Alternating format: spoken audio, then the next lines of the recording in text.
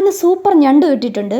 ഇവിടെ നിന്നല്ല, വിഴിഞ്ഞം കടപ്പുറത്ത് നിന്ന് വാങ്ങിച്ച ഞണ്ടാണ് അത് കേട്ടോ, കടപ്പുറം ഞണ്ടാണ്. നിങ്ങൾക്ക് ഞണ്ട് തോരൻ എങ്ങനെ വെക്കാമെന്ന് കാണിക്കാൻ വേണ്ടി ഞാൻ ചെന്ന് വാങ്ങിച്ച ഞണ്ടാണ് കേട്ടോ ഇത്. ഞണ്ട് മാത്രമല്ല, ചാളയും വാങ്ങിച്ചിട്ടുണ്ട്. ഞങ്ങൾ തിരുവനന്തപുരംകാർ ചാളയെന്നേ പറയുള്ളൂ. പിന്നെ വങ്കടയും വാങ്ങിച്ചിട്ടുണ്ട്. പിന്നെ മീനിനും തോരത്തിനും വേണ്ടി പാതി പാതി ഇങ്ങനെ വെച്ചിരിക്കുക കേട്ടോ, ആ തേങ്ങ തിരികിയത്. പിന്നെ നല്ല ഉള്ളി സവാള എടുത്ത് ആവശ്യത്തിന് അരിഞ്ഞെടുക്കുക. അതിനുശേഷം ഉരുളി അടുപ്പത്ത് വെച്ച് എണ്ണ ചൂടാകാൻ വേണ്ടി ഒഴിക്കുക. എണ്ണ ചൂടായതിന് ശേഷം മാത്രമേ കടുക് ഇടാവൂ. അല്ലാതെ എന്നെപ്പോലെ കടുക് അതിന് മുമ്പേ ഇട്ടിട്ട് എപ്പോൾ പൊട്ടും എന്ന് നോക്കിക്കൊണ്ട് നിൽക്കേണ്ടി വരും. അതിനു വേണ്ടിയാണ് ഞാൻ നിങ്ങളുടെ അടുത്ത് പറയുന്നത്. എനിക്ക് പറ്റിയ അബദ്ധം നിങ്ങൾക്ക് പറ്റാൻ പാടില്ലല്ലോ. അതിനു വേണ്ടി ഞാൻ നിങ്ങളുടെ അടുത്ത് പറയാണ്, നല്ല വൃത്തി എണ്ണ ചൂടായതിന് ശേഷം കടുകിടുക. എൻ്റെ മോൾ ദേഷ്യം വന്ന് കറിവേപ്പിലയൊക്കെ കഴുകി കൈ പിടിച്ചുകൊണ്ട് നിൽക്കുകയാണേ. അവളതാ ഒറ്റ ഏറ് കേട്ടോ കറിവേപ്പില എടുത്ത്. പിന്നെ അങ്ങനെ എണ്ണയും പൊട്ടിത്തെറിച്ച് കടുകും പൊട്ടിത്തെറിച്ച് എല്ലാം ശരിയായിട്ടുണ്ട് കേട്ടോ. എന്തായാലും കടുക് ഇപ്പോൾ നല്ല വൃത്തിയാണ് പൊട്ടി. അങ്ങനെതാ കടുക് നല്ല വൃത്തിയാണ് പൊട്ടി. അവിടുത്തെ ആ ബഹളമൊക്കെ കഴിഞ്ഞതിന് ശേഷം നമ്മൾ ഇഞ്ചിയും വെളുത്തുള്ളിയും കൊണ്ട് അടുത്തേക്ക് പോവുക. അത് അതിനകത്ത് ഇട്ട് കൊടുക്കുക. ആവശ്യത്തിന് ചതച്ച് വെച്ച ഇഞ്ചിയും വെളുത്തുള്ളിയും. എൻ്റെ മോളുടെ വേലയാകട്ടെ ഇങ്ങനെ സൂം ചെയ്ത് നോക്കുന്നത്, എങ്ങനെ ഇതൊക്കെ കണ്ടുപഠിക്കാൻ, എൻ്റെ ടെക്നിക്കുകളെല്ലാം കണ്ടുപഠിക്കാൻ വേണ്ടി. നല്ല വൃത്തിയാകുന്നു. ഇങ്ങനെ നല്ല വൃത്തിയൊന്ന് വഴറ്റിയതിന് ശേഷം അടുത്ത് ഉള്ളിയും പച്ചമുളക് കീറിയതും 2 പച്ചമുളക് കീറിയതും കൂടെ ഇട്ട് നന്നായിട്ട് ഇളക്കണം കേട്ടോ.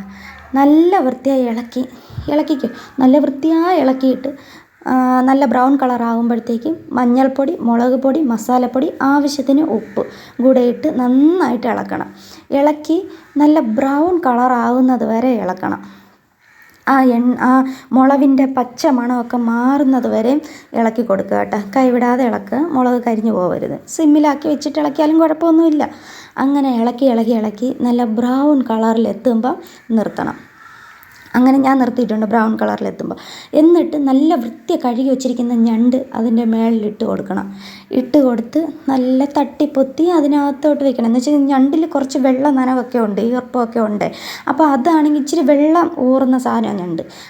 അതിൻ്റെ മേളിൽ നമ്മൾ എന്നിട്ട് ഈ തേങ്ങ ഇട്ട് കൊടുക്കണം. തേങ്ങയും ചതച്ച് ഞെവടി വെച്ചിരിക്കുന്ന കേട്ടോ.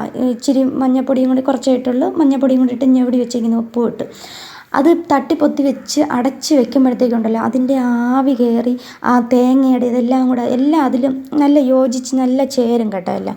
അപ്പോൾ നല്ല ടേസ്റ്റായിരിക്കും. അതുകൊണ്ട് നന്നായിട്ട് അത് തട്ടിപ്പൊത്തിയിട്ട് അടച്ച് വയ്ക്കുക. അടച്ച് വെച്ചൊരു 1/4 മണിക്കൂർ കഴിഞ്ഞിട്ട് ഇതേപോലെ ഇളക്കുക. നല്ല ആവി പറക്കുന്നത് പോലെ ഇളക്കിയെടുക്കുക. നല്ല ബ്രൗൺ കളറിലെത്തും. ഞണ്ട് തോരൻ റെഡിയായി. ഞണ്ട് വെന്താന്ന് നോക്കിക്കോണം കേട്ടോ. ഞണ്ട് തോരൻ റെഡിയായിട്ടുണ്ട് എൻ്റെ. എന്നിട്ട് കുറച്ച് കറിവേപ്പിലയൊക്കെ തൂകി ഇങ്ങനെ ഇടണം കേട്ടോ. ഇവിടെ തൂകി ഇടുക എന്നാണ് പറയുന്നത് കേട്ടോ. അങ്ങനെ കറിവേപ്പില തൂകിയിട്ട് എൻ്റെ ഇപ്പുറത്തെ അടുപ്പിൽ ദാണ്ട നല്ല വങ്കട മീൻ, നല്ല തലയൊക്കെ ഇട്ട വങ്കട മീൻ റെഡി ആയിട്ടുണ്ട്. അപ്പോൾ ചേച്ചി പറഞ്ഞു, എടീ ഞാൻ കപ്പ കൊണ്ടുവന്ന് വെച്ചിരിക്കുന്നത്. അങ്ങനെ കപ്പയും ഞണ്ട് തോരനും വങ്കട മീനും നല്ല മുളക് ചമ്മന്തിയും കൂടെ കഴിക്കാൻ വേണ്ടി റെഡിയാക്കി വെച്ചപ്പോൾ അതാ ചേച്ചി വിളിക്കുകയാണേ, നീ ഇപ്പം തിന്നല്, ഞാൻ ബിരിയാണി കൊണ്ടുവന്നിട്ടുണ്ട് എന്ന് പറഞ്ഞിട്ട്. അങ്ങനെ അതെടുത്ത് നീക്കി അടച്ചു വെച്ചു കേട്ടോ. അടച്ചു വെച്ചതിന് ശേഷം ബിരിയാണി പൊതി ഇങ്ങനെ തുറന്ന് നോക്കുന്നുണ്ട്. തുറന്ന് നോക്കുമ്പോൾ നല്ല മണമുണ്ട് കേട്ടോ ബിരിയാണിയുടെ.